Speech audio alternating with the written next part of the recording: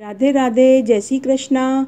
आज मैं आपको पुरुषोत्तम मास के महात्म्य का 7वां अध्याय सुनाने जा रही हूँ। श्री कृष्ण का अधिक मास को अपना पुरुषोत्तम स्वरूप देने का पूरा वर्णन इसके अंदर आएगा। सूत जी बोले, हे तपोधन, आप लोगों ने जो प्रश्न किया वही प्रश्न ऋषिवर नारद जी ने नारायण से किया था। नारायण ने नारद जी से जो कहा था वही मैं आप लोगों से कहता हूँ।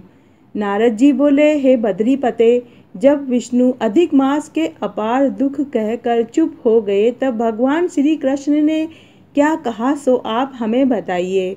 श्री नारायण बोले, हे वत्स नारद, गोलोकनाथ श्री कृष्ण ने विष्णु से जो कहा वह अति गुप्त है, परंतु जो श्रेष्ठ भक्त हो, जिज्ञासु हो, पाखंडी न हो, सज्जन एवं सेवा करने वाला हो, उसे मैं बता देना चाहिए।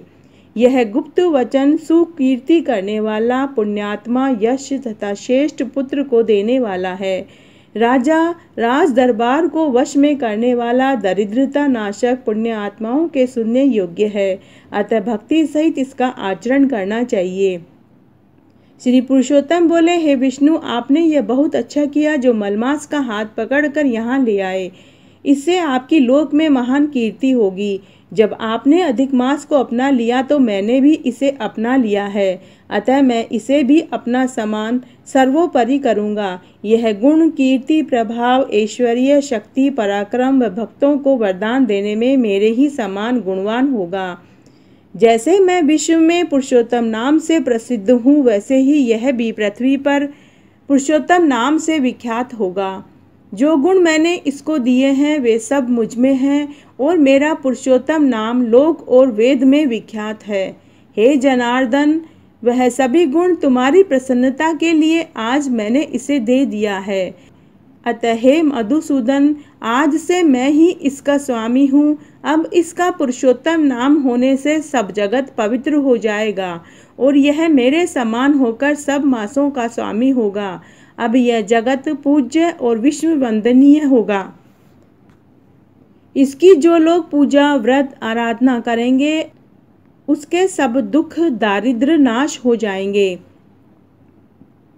12 महीनों सकाम है, परंतु मैंने इसको निष्काम कर दिया है। जैसे मैं प्राणियों को मोक्ष दाता हूँ, वैसे ही मैंने इसे मोक्ष देने वाला बना दिया है। जो निष्काम या सकाम भाव से इस अधिक मास को पूजेगा, उसके सभी कर्म भस्मीभूत होकर वह मेरे गोलोक को प्राप्त होगा।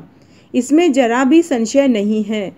जिस परम पद की प्राप्ति को बड़े बड़े भाग्यशाली यति, ब्रह्मचारी, महात्मा लोग निराहार रहकर, दृढ़ व्रत करके कठोर तप करते हैं और फल, पत्र, वायु का आहार करते हैं तथा काम, क्रोध, लोभ, मद, मोह, ईर्ष्या आदि को त्याग कर जितेंद्रिय हो, वर्षा, जाड़े और प्रचंड धूप को खुले में सहन करते हैं, ऐसे महात्मा लोग भी गरुड़ ध्वज विष्णु मेरे परम पद को नहीं पाते।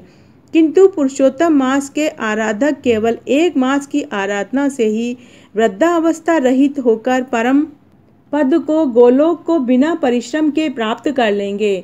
सब साधनों में श्रेष्ठ, धर्म, अर्थ, काम और मोक्ष की सिद्धि देने वाला यह पुरुषोत्तम मास अवश्य सेवन योग्य है। जैसे जोते हुए खेत में बोने से बीज करोड़ गुना बढ़ते हैं, वैसे ही पुरुषोत्तम मास में किया हुआ पुण्य कोटि गुना बढ़ता है। कुछ लोग चातुर्मास आदि यज्ञ करके स्वर्ग में जाते हैं, वहाँ के भोग भोग कर फिर पृथ्वी पर आते हैं। किंतु जो व्यक्ति पुरुषोत्तम मास का आदर से विधि पूर्वक सेवन करता है, वह अपने कुल का उद्धार करके मुझे प्राप्त करता है। जो मुझे वह जन्म, मृत्यु, भय से व्याप्त आदि व्याधि तथा वृद्धावस्था से घिरा हुआ इस संसार में नहीं जन्मता, जहाँ जाकर फिर लौटना नहीं पड़ता, वही मेरा गोलोक धाम है। ऐसा वेद और उपनिषद का वचन सत्य है जो झूठा नहीं हो सकता। इस मास का स्वामी मैं ही हूँ। मैंने ही इसको प्रतिष्ठित किया है और अपना पुरुषोत्तम नाम भी इसको दिया है, जिससे इसके भक्तों की चिंता अब रात दिन मुझको रहेगी। अपने भक्तों की सभी कामना मुझको ही पूर्ण करनी है। मेरे भक्तों का अपराध कभी भी न गिना जाए। हे विष्णु, मेरी आराधना की अपेक्षा मुझे अपने भक्तों की आराधना अधिक प्रिय है। परंतु कभी कभी मुझे अपने भक्तों की इच्छा पूरी करने में कुछ देर हो जाती है। मेरे पुरुषोत्तम मास के जो भक्त हैं उनकी मनोकामना पूरी करने में मैं कभी भी विलंब नहीं करता। मल मास के भक्त मेरे भक्त हैं, वह मुझको अत्यंत प्रिय है। इस मास में महाअज्ञानी मनुष्य जो जप, दान, स्नान आदि नहीं करते, अच्छे कर्म नहीं करते और देव, तीर्थ, ब्राह्मण का उपहास करते हैं, वे दुष्ट और अभागे जो दूसरों के भाग्य पर जीने वाले हैं, उनको स्वप्न में भी सुख नहीं मिलता। जैसे खरगोश के सींग खोजने पर भी नहीं मिलते। जो मूर्ख मेरे प्रिय मलमास का तिरस्कार करते हैं और जो धर्म का आचरण नहीं करते, वे सदा नरकगामी होते हैं। पुरुषोत्तम मास प्रत्येक तीसरे वर्ष में पड़ता है। ऐसे मास में जो धर्म आचरण नहीं करते, वे कुंभी पाक नरक में पड़ते हैं और जब तक पृथ्वी पर जीवित रहते हैं तब तक अनेक कष्ट पाते हैं तथा पुत्र, पौत्र, पत्नी द्वारा दिए गए क्लेशों को भोगते हैं। जो सुहागिन स्त्रियां पुत्र सुख और अपने सौभाग्य की कामना से पुरुषोत्तम मास में स्नान, दान, पूजा पाठ आदि करेंगी, उनको मैं सौभाग्य, संपत्ति, विविध सुख एवं पुत्र आदि देता रहूंगा। और जो स्त्रियां मेरा मास व्यर्थ निकाल देंगी तो मैं उनके प्रतिकूल हो जाऊंगा, जिससे उन्हें न तो पति का ही सुख मिलेगा और भाई, पुत्र, संपत्ति आदि का सुख तो वो स्वप्न में भी नहीं मिलेगा। अतः इस मास में सभी शुद्ध मन से स्नान, पूजा, जप अवश्य करें और अपनी शक्ति के अनुसार दान भी करें। जो कोई पुरुषोत्तम मास में श्रद्धा भक्ति से मेरी पूजा करेगा, वह धन, पुत्र और विविध भांति के सुख भोग कर अंत में गोलोक में आकर वास करेगा। मेरी आज्ञा से सब मनुष्य अधिक मास की पूजा करेंगे, क्योंकि मैंने इसे सब मासों में उत्तम बना दिया है। हे रमापते, अब तुम अधिक मास की चिंता छोड़कर इस पुरुषोत्तम मास को बैकुंठ में ले जाओ।